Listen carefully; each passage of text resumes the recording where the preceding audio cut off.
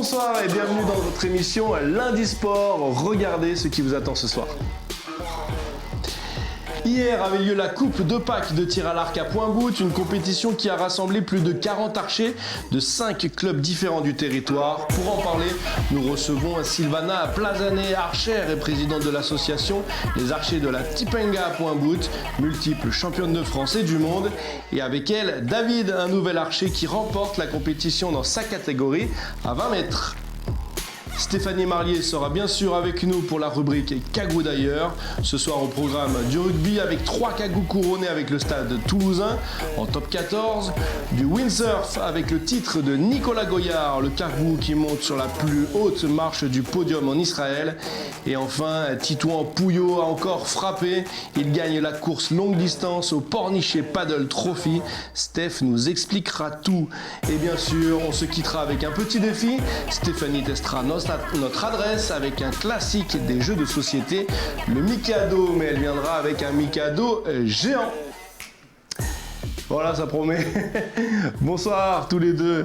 Alors avant de commencer et de donner les résultats de cette Coupe de Pâques, Sylvana, tu as organisé la Coupe de Pâques, mais fin juin. Oui, elle a failli ne pas se faire et elle s'est faite en fait grâce au club d'Umbéa qui a bien voulu nous donner son créneau de date. Pourquoi ? Parce que à Pâques c'était le Covid et puis on n'a pas pu l'organiser à ce moment-là. Mais j'avais les coupes, j'avais le chocolat, mais depuis je l'ai mangé. C'est ça. C'était plus la Coupe de Pâques. Et donc il fallait quand même que je donne les coupes. Ok, alors justement, les coupes et les résultats chez les Benjamins, c'est Daruna Bernanos qui s'impose, un archer de ton club, oui. des archers de Tipenga de Point-Bout. Chez les juniors, c'est Luca Richer. Chez les minimes, c'est Lord Aromaï Terai de Païta. Jordan David s'impose, elle, en senior 1, une archère d'Umbéa. Thierry Denègre en senior 2 et Laurent Clerté, cette fois-ci en arc à poulie, car il y a une différence arc à poulie et arc classique. On en parlera tout à l'heure. David, nouvel archer. Il y avait une pluie fine en début de matinée, hier matin, sur Point-Bout, et ça s'est fini sous le soleil. T'as réussi à t'adapter ? C'était une première, avec la pluie aussi, parce que c'est vrai qu'on a quand même du beau temps. Mais oui, après, ce qui est plus dur, c'est la concentration, parce qu'on est plusieurs sur le pas de tir. Donc au début, c'est difficile de se mettre dans sa bulle, quoi. Mais ça s'est bien passé. Puis content d'avoir rencontré des petits jeunes d'autres clubs, pouvoir les conseiller aussi, parce qu'il y en a un, il était tout petit à côté de moi, là. Mais non, c'était sympa, on a passé vraiment une bonne matinée, quoi. Ok. Ouais. Comment tu t'es mis au tir à l'arc ? Qu'est-ce qui t'a... En fait, moi, c'est parce qu'au départ, c'était pour inscrire mon fils. Okay. Parce que je voulais qu'il fasse un sport où on doit, se concentrer. Pour la concentration surtout, okay. Parce qu'il en a besoin. Et du coup, je suis venu avec lui, on a parlé avec Sylvana, nous a fait essayer tous les deux. Et puis, on a accroché, lui et moi. Okay. Et mon épouse aussi, elle va s'inscrire aussi, parce que voilà. C'est devenu un sport de famille. Oui, on a plusieurs petits groupes familiaux au club, plusieurs petites familles. Et puis, c'est super, quoi, de côtoyer plusieurs générations en plus. Ok. Sylvana, quelles sont les qualités de David ? Ses qualités d'archer ? Ses qualités d'archer, je dirais qu'il est patient, qu'il est concentré, que voilà, c'est tout ce qui fait un archer, puisqu'il faut reproduire tout le temps le même geste. Okay. Donc là, j'étais en train de le regarder. C'est très bien, mais voilà, il faut de la concentration et répéter toujours le même geste. Et même si on ne gagne pas à chaque coup, il y a plusieurs flèches à balancer. Donc si on ne réussit pas une, celle d'après, on l'a réussi. La compétition, c'est 6 volets de 6 flèches, c'est ça ? Oui. Alors, tu es en phase de test en plus, tu as changé de taille de flèche juste avant la compétition. Hein, ça t'a pas gêné ? Finalement, non, pas trop, parce que après, au bout d'un moment, on arrive à toujours retrouver les repères, la position de la main, la corde sur le nez, donc voilà. Mais c'est vrai que c'est en regardant un championnat du monde. D'accord. Je regardais des archers, là, un Américain. Il y avait les Français aussi qui se sont qualifiés par équipe pour les Jeux Olympiques. Puis en regardant les gestes et tout, je me suis dit, j'ai un souci. Du coup, je vais aller voir Sylvana mercredi dernier. Puis j'ai dit, écoute, tu peux me dire? Puis j'ai pris la position. Puis elle m'a dit, oui, en effet, il faut qu'on te change les réglages, quoi. D'accord. Et du coup, on a changé de flèche, on a changé des réglages sur l'arc parce que voilà. Mais voilà, quoi. Sylvana, on a parlé de la patience, voilà, le calme. Qu'est-ce qu'il faut comme qualité pour être un bon archer? La persévérance, hein, parce que ça ne vient pas du jour au lendemain. Même si quelques-uns, au bout de 2 ans, font des scores faramineux, ça reste à voir. Mais on ne fait pas un archer en 1 an ou 2 ans, quoi. Ouais. Oui. Il faut s'entraîner. Il faut s'entraîner tout le temps. Ouais. Au club de Point Bout, il y a combien de licenciés? Comment ça se passe? Une quarantaine, oui. D'accord. Mais il y a beaucoup de petits cette année qui viennent de rentrer, qui ont entre 8 ans et 11 ans, 12 ans. Ok. J'en ai un petit qui vient d'arriver, il a 8 ans, il est tout petit. Il faut adapter l'arc. Ouais. On le met à 8 mètres. On le met en apache, le tir en apache, c'est-à-dire que l'encoche est devant l'œil. D'accord. Et puis ensuite, il a fait 2-3 séries comme ça. Il mettait tout dans le jaune, donc j'ai dit bon, on va le reculer. Dans le jaune, c'est-à-dire au centre de la cible? Au centre de la cible. Et puis après, j'ai dit bon, je vais le mettre carrément au viseur. Et puis au viseur, il me fait pareil, quoi. D'accord. Donc il y a du potentiel, alors. Il a du potentiel. Ah c'est super. Il a du potentiel. Bon, il y a du potentiel du côté de Point Bout. Du côté de la Calédonie, on va écouter Hélène Scolan. Elle nous elle nous parle du tir à l'arc en Nouvelle-Calédonie. Le tir à l'arc, ma foi, on a perdu quand même beaucoup de licenciés à cause du Covid. Voilà, les gens se sont un petit peu démobilisés. C'est toujours les noyaux durs qui restent fidèles au poste, mais on vous invite à venir faire du tir à l'arc là, parce qu'on peut vraiment tirer tout jeune jusqu'à un âge très avancé. C'est vraiment une question de volonté.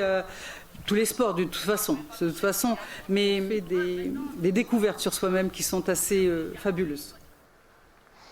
Alors Sylvana, d'abord sur la perte de vitesse un petit peu du tir à l'arc à cause du Covid en Nouvelle-Calédonie. À Point Bout, du coup, pas trop finalement. Non, parce que j'ai des licenciés en plus par rapport à l'année dernière. Donc on n'est pas nombreux, mais il doit y avoir 5-6 licences en plus. Ok. Donc voilà, c'est sympa. Ok. Cool. Est-ce que toi, David, le tir à l'arc, ça t'apporte quoi?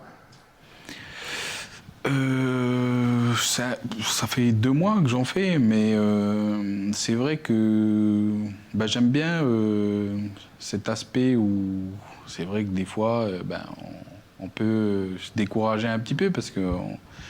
Et puis non, la fois d'après on vient, puis on trouve, on s'améliore. Voilà, puis on rencontre des gens. Sylvana, elle est pleine d'anecdotes. Voilà, même avec les petits jeunes qui sont là. Non, c'est. Il y a pas que le tir à l'arc, il y a ce qui fait aussi le club. Moi, je trouve que. Je vais un peu parler du club de Sylvana, mais... C'est pas qu'un sport individuel au final. Non, puis j'ai été impressionné aussi du club, quoi.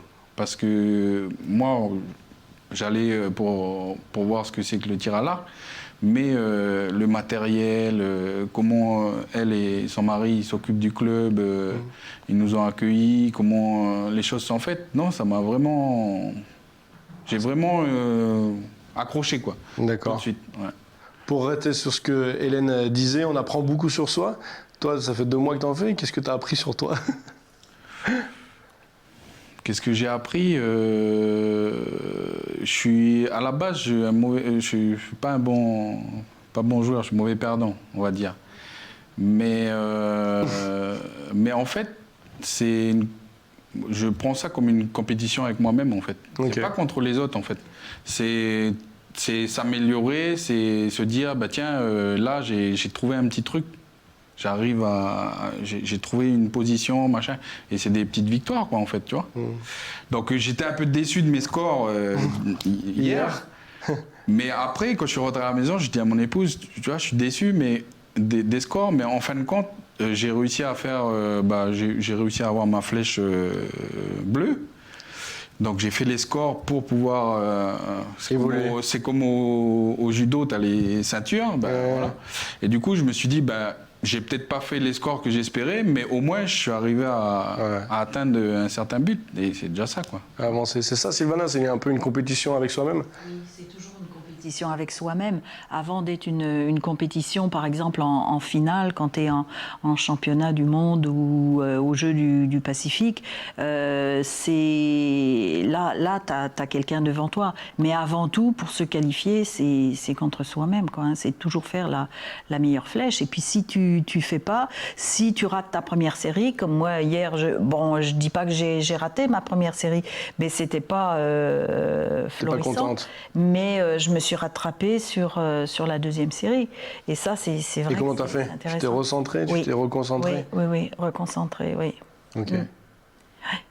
Au top, merci tous les deux. On va prendre maintenant des nouvelles de nos cagous d'ailleurs qui cartonnent à l'international. C'est l'heure de la rubrique de Steph, les cagous d'ailleurs.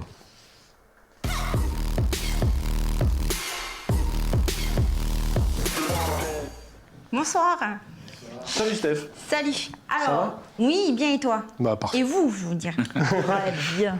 Alors, donc, dans cette chronique, donc, les cagous d'ailleurs, nous parlerons, comme tu l'as dit, de rugby à 15, de windsurf, mais également de stand-up paddle. Donc, je vous en parlais la semaine dernière, justement, du match tant attendu, donc du top 14, opposant les deux meilleures équipes. Donc là, déjà, on voit donc Peato Mauvaka. Après, je vais faire apparaître les autres. Donc, en fait, qui donc, fait partie du stade toulousain. Donc, la semaine dernière, je vous disais que les deux meilleures équipes du top 14 devaient s'affronter vendredi, donc c'est-à-dire le Stade Toulousain et La Rochelle. Et justement, dans le Stade Toulousain, donc nous avons donc trois cagous, tu l'as dit en début d'émission, donc Peato Mauvaka, Rodrigue Netti et Célevasio Tolofua. Donc ils ont remporté, en fait, ils ont gagné donc le match face à La Rochelle 18-8. Donc Toulouse remporte ainsi le 21e titre donc, de champion de France. Donc là, on voit, ils sont avec ce qu'on appelle donc le bouclier, donc Brennus. Alors c'est un bouclier qui se doit en fait son nom à l'artiste et créateur Charles Brennus, qui est aussi cofondateur de la Fédération française de rugby. Donc un magnifique quand même bouclier, je trouve. Donc là, on retrouve voilà un Peato Mauvaka, Rodrigue Netti et puis Célevasio Tolofua qui est ici. Ok, au top. Donc on continue. Bravo, les cagous. Ouais, c'est quand même pas rien. Non, c'est pas rien. C'est ça. Donc il y a un mois, ils étaient champions d'Europe et là, ils enchaînent. Donc, Ils font le doublé cette année, ouais. Bravo à eux. Donc on poursuit, très bonne nouvelle également pour le Calédonien, donc Nicolas Goyard qui s'est imposé lors de la première étape de la Coupe du Monde de PWA de windsurf qui vient de s'achever en Israël sur le lac de Tibériade. Donc notre cagou il remporte 5 courses sur 7, donc c'est une très belle performance qui confirme bien qu'il est le spécialiste de la planche à folle. Donc prochaine étape pour lui, donc ça sera la Croatie donc du 2 au 7 juillet prochain pour la deuxième étape de cette Coupe du Monde donc de PWA, donc on souhaite qu'il remporte encore des médailles. On l'espère. On l'espère, on croise les doigts. C'est ça. Et enfin, autre bonne nouvelle donc pour le Calédonien, donc Titouan Pouillot, donc j'en parlais également la semaine dernière, donc il a une fois de plus brillé en remportant la course à longue distance, soit environ 10 km, lors de la 3e édition du Pornichet Paddle Trophy, qui s'est tenue donc du 25 au 27 juin donc, dernier, donc il remporte la médaille d'or. Prochaine compétition pour notre cagou, la Vendée Glisse Even, donc 3 jours de compétition, donc du 2, oh là là, alors je me suis trompée, excusez-moi, ce n'est pas cette affiche, mais ça se passe en tout cas au Vendée Glisse Even, pardon, une erreur de ma part, donc c'est du 2 au 4 juillet prochain à Saint-Jean-de-Mont, donc dans l'ouest de la France. Je vais l'enlever parce que c'est pas la bonne affiche. Ok, ça marche. Une erreur de ma part. On a rejoint, de toute façon c'est le week-end qui arrive pour, ce week-end. pour Titouan Pouillot. On suivra ce qu'il a fait, tu nous diras ça la semaine prochaine. La semaine prochaine. Sans te tromper d'affiche. Oui, je vais essayer de ne pas me tromper. Ça marche. Merci beaucoup Steph pour ces bonnes nouvelles de nos cagous d'ailleurs. Retour au tir à l'arc. Alors le club des archers de Tipenga Point Bout, c'est le seul clubs en province nord. C'est l'occasion de se dépayser pour les clubs du sud. On écoute tout de suite Catherine qui est conseillère technique à la Ligue. Oui, c'est important d'être présent chaque année. Sylvana fait au moins une compète chaque année. Donc c'est important de venir soutenir le club de Point-Bout et de venir en nombre pour ce magnifique club en fait qui est beau quoi, avec tous ces arbres et tout. Et malheureusement, il va déménager. Donc c'est la dernière fois qu'on va tirer ici. C'est ça Sylvana, la dernière fois sur ce spot? Oui. Alors raconte-nous, vous allez déménager? On va déménager, c'était prévu déjà, on en a entendu parler au mois d'octobre l'année dernière, puisqu'on est dans la zone de sécurité des silos. Donc on va au bout du terrain, donc il faut tout réaménager. Donc au même endroit mais de l'autre côté? Oui, sans les arbres.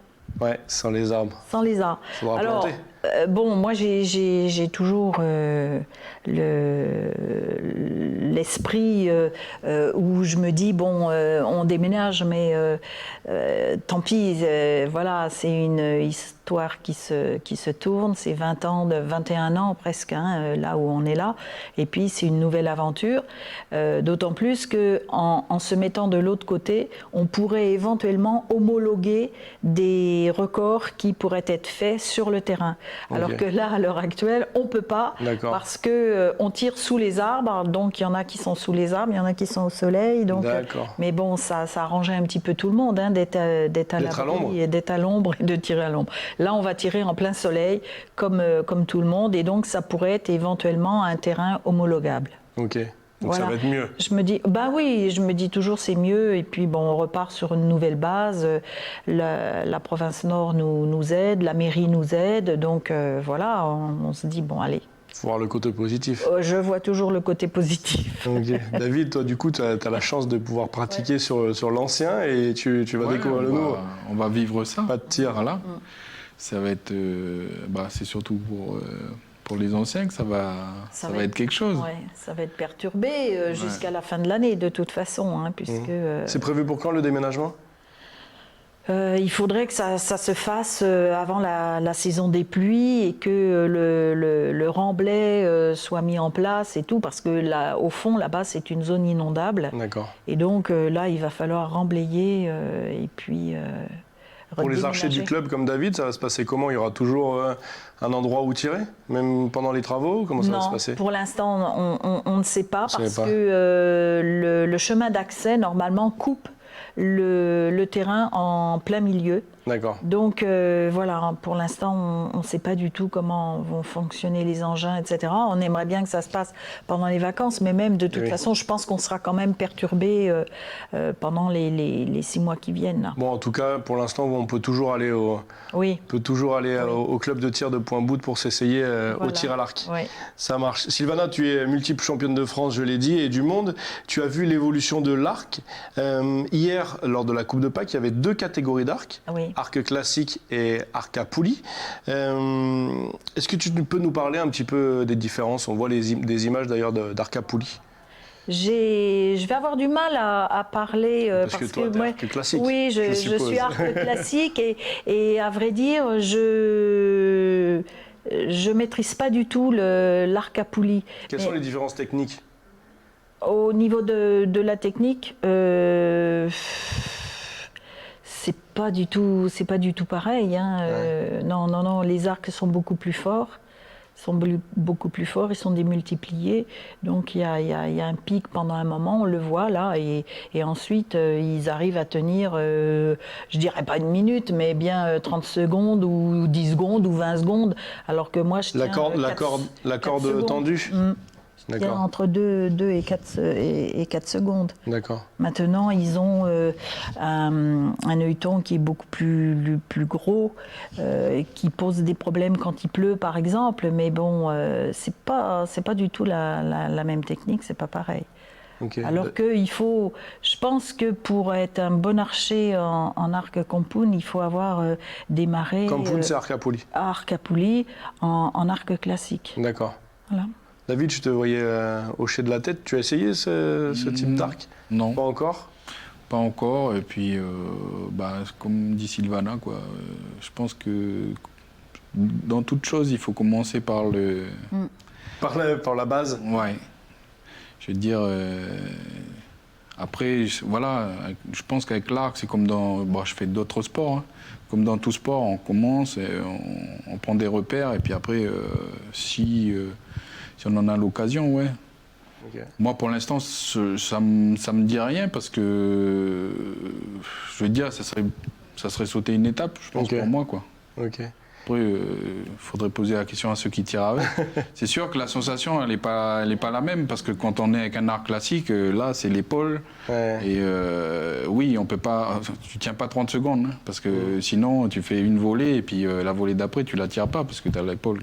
Donc, et puis même pour la viser, pour lâcher la flèche, c'est beaucoup plus... Mais... faudra essayer un jour, peut-être. Au niveau des scores, c'est différent également. Hein. Ils s'approchent du parfait. Hein. Ok. Ouais, on a Laurent Clerté qui doit être à 703 ou 704 points. Sur 730 Sur 720. 720, pardon. Ouais, 720 possible. Donc c'est énorme. Donc voilà.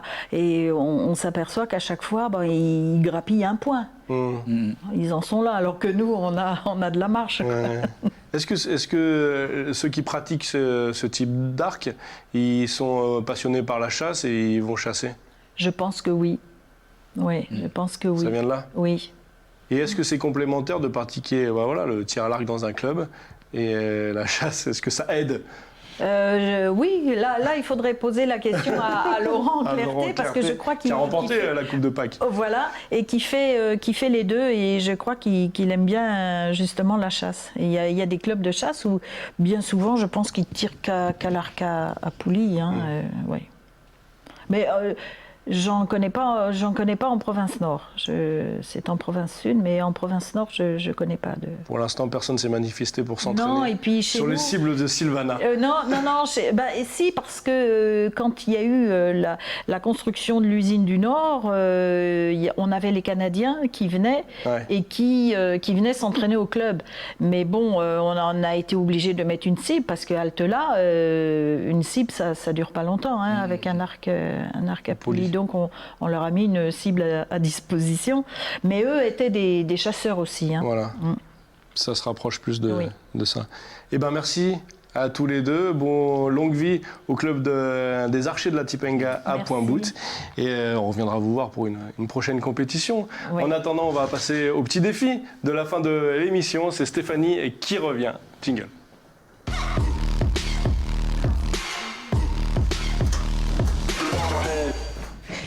On enlève l'arc de David pour laisser la place. C'est pas vraiment des Mikado géants, enfin c'est des Mikado de grande taille, parce que ceux-là ils font 50 cm. Après il y en a qui peuvent faire donc 1 mètre. Il y en a des plus grands alors.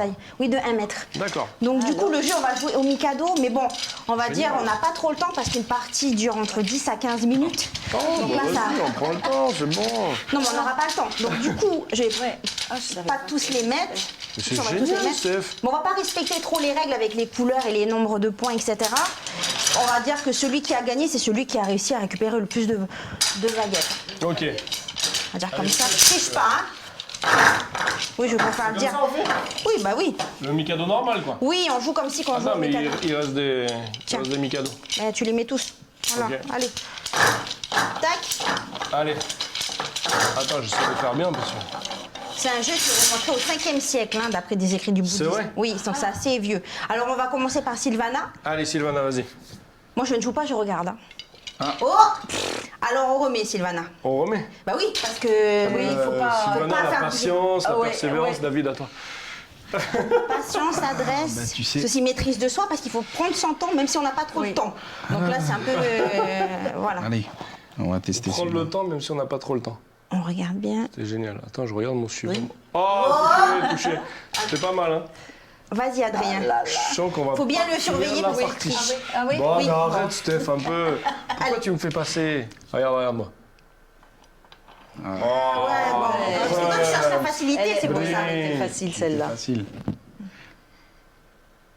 Ah non, t'as bougé. Oh là là, Steph, t'es tellement méchante avec moi. Non, si, attends. Sylvana. Alors, c'est vrai que c'est pas facile. Hein. Non, là c'est vraiment... Là, j'ai bien mélangé. Hein.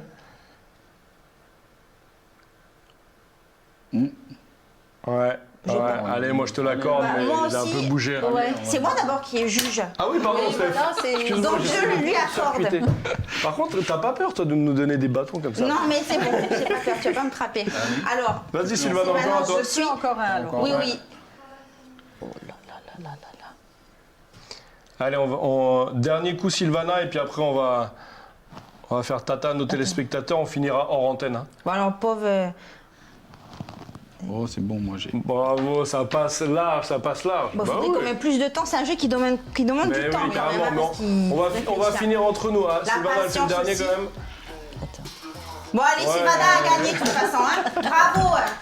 Merci beaucoup, merci à tous les deux pour être venus nous parler de tir à l'arc. Merci à toi, Stéphanie, même Merci. si tu nous fais des trucs un peu Merci bizarres de quand nous même. avoir reçus. Oh, c'est pas bizarre. Ah, bah, y a pas de problème. Merci à tous, et puis nous, on se donne rendez-vous à la semaine prochaine pour un nouveau lundi sport. En attendant, on continue de jouer. À la bande. Allez, ça